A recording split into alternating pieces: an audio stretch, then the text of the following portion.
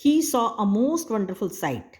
Through a little hole in the wall, the children had crept in, and they were sitting in the branches of the trees. In every tree that he could see, there was a little child, and his trees and the trees were so glad to have the children back again that they had covered themselves with blossoms and were waving their arms gently above the children's heads. अब होता क्या है, जब वो खिड़की के बाहर देखता है, बहुत सुंदर उसको सीन दिखाई देता है।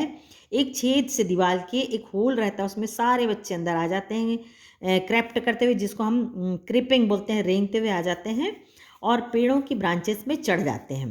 और हर पेड़ में बच्चे चढ़े रहते हैं और वहाँ पर जो उसको देखकर जो पेड़ होते हैं उनमें फूल खिलने लगते हैं और पेड़ अपने आर्म्स ऐसा लगता है जैसे उनको गले लगा रहे हैं।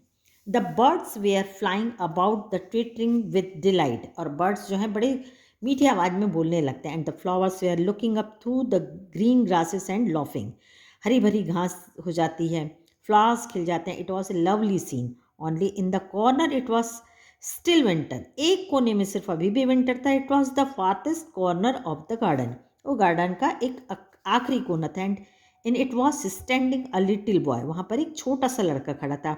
ही was so small that he could not reach up to the branches of the tree, and he was wandering all round it, crying bitterly.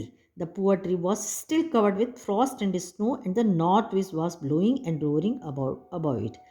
और वो बच्चा पेड़ में इतना छोटा था कि वो चढ़ नहीं पा रहा था, इस कारण वो जो पेड़ था वहाँ अभी भी फ्रॉस्ट स्नो था, नॉर्थ विंड आ रही थी, बड़ी तेज आवाज आ रही थी।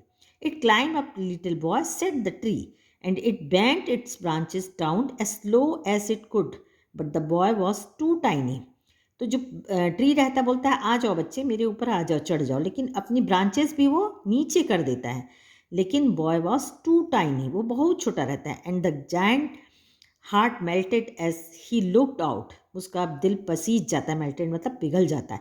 How selfish I have been, he said, how now I know why the spring would not come here. I will put that poor little boy on the top of the tree, and then I will knock down the wall, and my garden shall be the children's playground forever and ever. He was really very sorry for that, what he had done. अब उसको समझ में आ गया था कि उसकी garden में spring क्यों नहीं आ रहा था। अब वो सोचता मैं ये दीवार को तोड़कर इसको बच्चों के खेलने के लिए बना दूंगा। So he crept down stairs and open the front door quite softly and went out into the garden, but when the children saw him, they were so frightened that they all ran away. जब वो दरवाज़ा खुलता है बाहर जाकर, नीचे उतरकर, तो सब बच्चे भाग जाते हैं डर के कारण। And the garden became winter again, और फिर से गार्डन में विंटर आ जाता। Only the little boy did not run, for his eyes were so full of tears that he did not see the giant coming. वो बच्चे की आंखों में आंसू भरे रहते हैं और वो खड़ा रहता है क्योंकि वो जायंट को देख नहीं पाता है।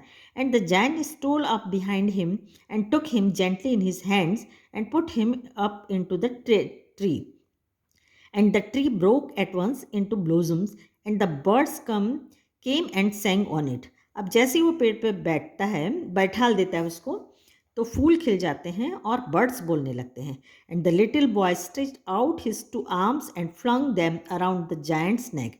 अब वो बच्चा अपने दोनों बाहों को फैलाकर उसके गले में डाल देता है, एंड किस्ड देम, और उसको प्यार से चूमता है। And the other children when they saw that the giant was not weak any longer came running, जब वो देखते हैं बाकी बच्चे कि अब जो जायंट है अब पहले जैसा क्रूएल नहीं रह गया है, तो वो भी दौड़ के वापस आ जाते हैं।